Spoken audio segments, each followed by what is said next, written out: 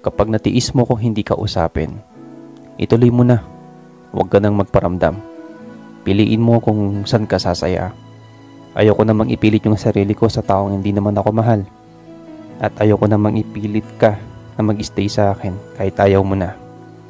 Ayoko rin na mahal mo lang ako dahil nakakawa ka.